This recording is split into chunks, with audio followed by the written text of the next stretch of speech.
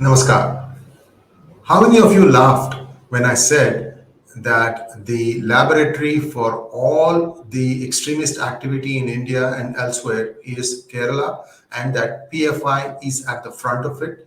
And how many of you also laughed when I said that it is the radical Islamists who are running the Kerala government? Well, here is an example. We saw in yesterday's article in PGurus the funding that came for creating violence in Uttar Pradesh from Abu Dhabi, from a restaurant called Darbar Restaurant. And this is just one sample of how money is being laundered and routed back into the country. I've said this thing many number of times. In fact, my book that's animated in the background, you are seeing that Who Painted My Money White continues to do very well in Amazon. It has broken through the top 10 now in its category. And the reason for this is now people are waking up to the reality that there is something that is happening that is beyond their comprehension, something that is going on where the government is not appearing to be in complete control. Why do I say that? Now, here are the different things that have been happening.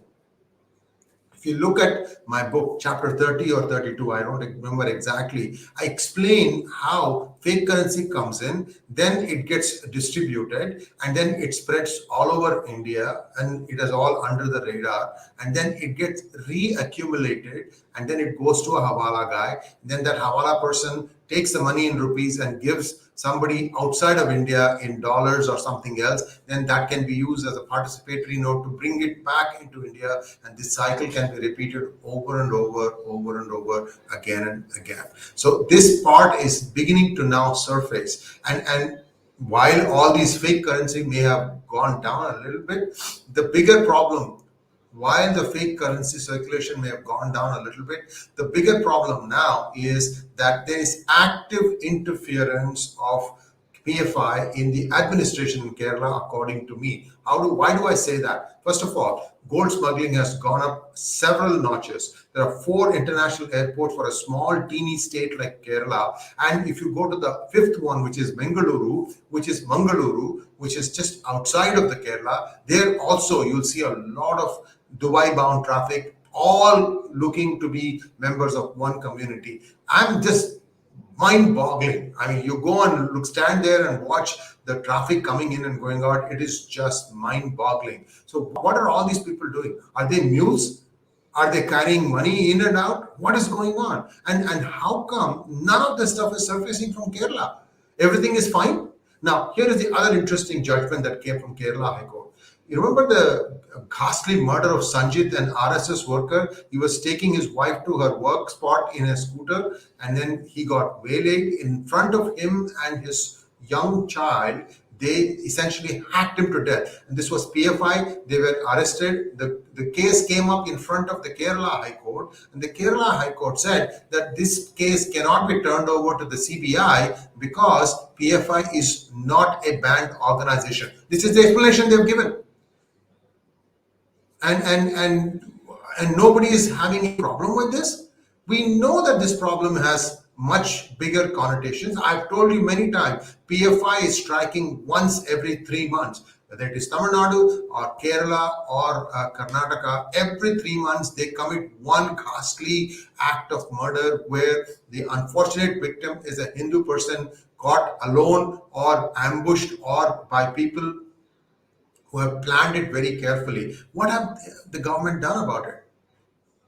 This is again, so you have to completely give the picture to the people, saying that PFI, we are on to you, and PFI is not banned yet in India. Not only just banning PFI, that's not going to do. You need to go after all the workers. You have to take them all into custody. Many of them probably have already gone underground by now because India doesn't act fast enough. So some of these things you got to act fast. I've already told that NIA, ED and CBI, their strengths have to be tripled, and you have to select the right set of people, not from police, not from other law and order agencies. That is not the way. You got to have people who understand computer science, they understand forensics, they understand money laundering, they understand tax havens, they understand illegal drug export routes, everything. They have to have multifaceted personalities, extremely bright individuals who can look at something and smell what exactly is the other side up to, because the planning that is being done on the other side is very deliberate and it's very, very careful. They know exactly how to fly under the radar. And if we don't realize it, we are just going to continue to suffer these 1,000 cuts, especially like what we are seeing in Kashmir also. So what is the goal here? The goal here is for the moderate Muslims to live a life of peace, and they need to step up to the plate, because I can tell you now it's beginning to happen. You are going to suffer economic blockade by the majority, especially in India and perhaps even abroad, because this is something now people have said, forget it, I can't stop it, but I'm going to stop buying things if I know that a particular store is owned by a member of the minority religion. This is very sad that things are coming to that, but you already know in Kerala, because of the halal, where they said that we have to spit in the food, the business of many of the Muslim establishments has gone down. Their halal certified food is also going down. Now you can ask this question, so what? I don't certify it as halal, but I still spit and ship it. What are you going to do? Well, there is no limit to this. You can do whatever you want, and once things start becoming more obvious that somebody has been caught, the punishment is going to get more and more harsher, more and more severe. That's how this is going to play out. So the moderate Muslim brothers and sisters, speak up. If you don't do that, you are the ones who are going to suffer.